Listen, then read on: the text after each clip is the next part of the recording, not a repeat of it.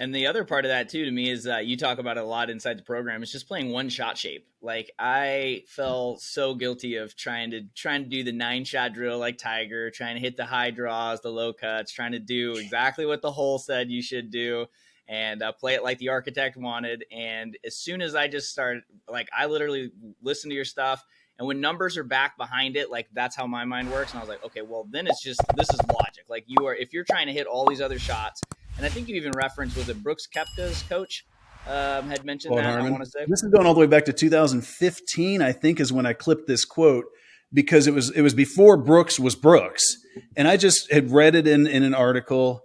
It may have been a different article, PGA Tour, where he was saying that he went back and simplified his practice to just getting back to one shape in 2015. But he like had the leader, was in second place through the first round at River Highlands. And the quote from Claude Harmon, who again is Butch Harmon's son, he's one of the best instructors out on the PGA Tour. The guy's phenomenal at what he does. And it says, when they first met, Koepka was hitting a draw and wrestling with different shot shapes. Harmon focused on simplifying his approach. And the quote is, so many guys come out on tour trying to hit all the shots. They want to be diverse ball strikers. I see so many players trying to get good at 4 to 5 different shot types, and they aren't good at any of them. The punchline is they're talking about tour players there, not like club guys. He's like, these guys are trying to get good at 4 to 5 different shots, and they suck at all of them. And then he finishes it off by saying, we worked on making Brooks's golf swing as repeatable and one-dimensional as possible. And that's, a guy like Keith Mitchell, who I started working with after the first 2 events of last season. And he's literally just the best driver. I mean, again, everyone's like Rory. I'm like, no, actually, Keith is as good or better. Keith is year in, year out. And last year he finished 4th in strokes gained driving again. And when we first have our conversations, he's like, yeah, I only cut the driver. And it's just amazing once you understand. And again, I don't care if it's a cut or a draw, but with the driver specifically, just doing one thing, it's just such a hard club it's the longest club being swung the fastest with the flattest face in the bag, the least amount of loft. It's just a really hard club to barely change the face to path relationship successfully. And again, the biggest problem is the fact that double crosses are just always off the planet. So I cut 100% of my tee shots. And if I get up somewhere now and I'm going to try to hit a draw with the driver, my miss is going to typically be at least a third of the time a block cut. So now I've aimed it further right and I've block cut it. It's just off the planet. And so while, yes, I get it, it'd be cool to hit a draw on this hole, I just am going to double cross it far too often.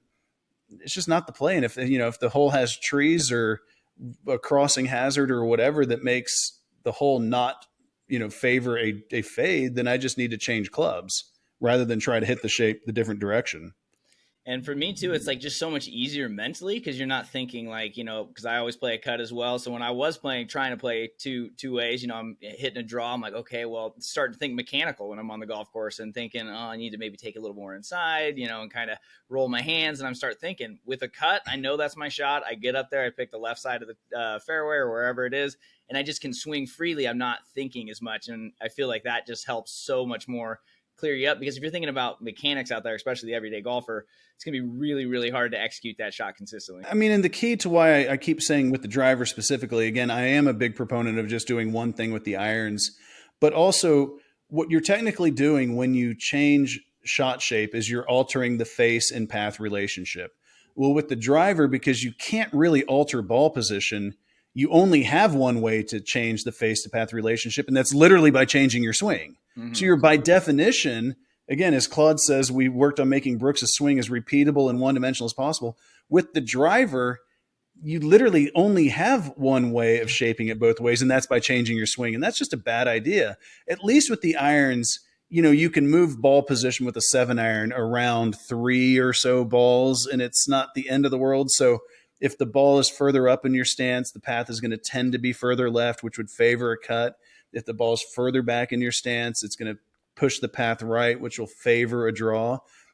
But what's honestly funny, and I get this a lot with college coaches of slower swing speed players, senior, older players, if you just don't hit the ball as hard for whatever reason as some people, they tend to want to draw the driver because they think it's going to go further. Right. And then they tend to want to fade the irons because they think it's going to go higher and softer. And it's like, you're literally working against ball position there. You've got the ball up with your driver, you're trying to hit fades. You've got the ball back with your irons and you're trying to hit cuts.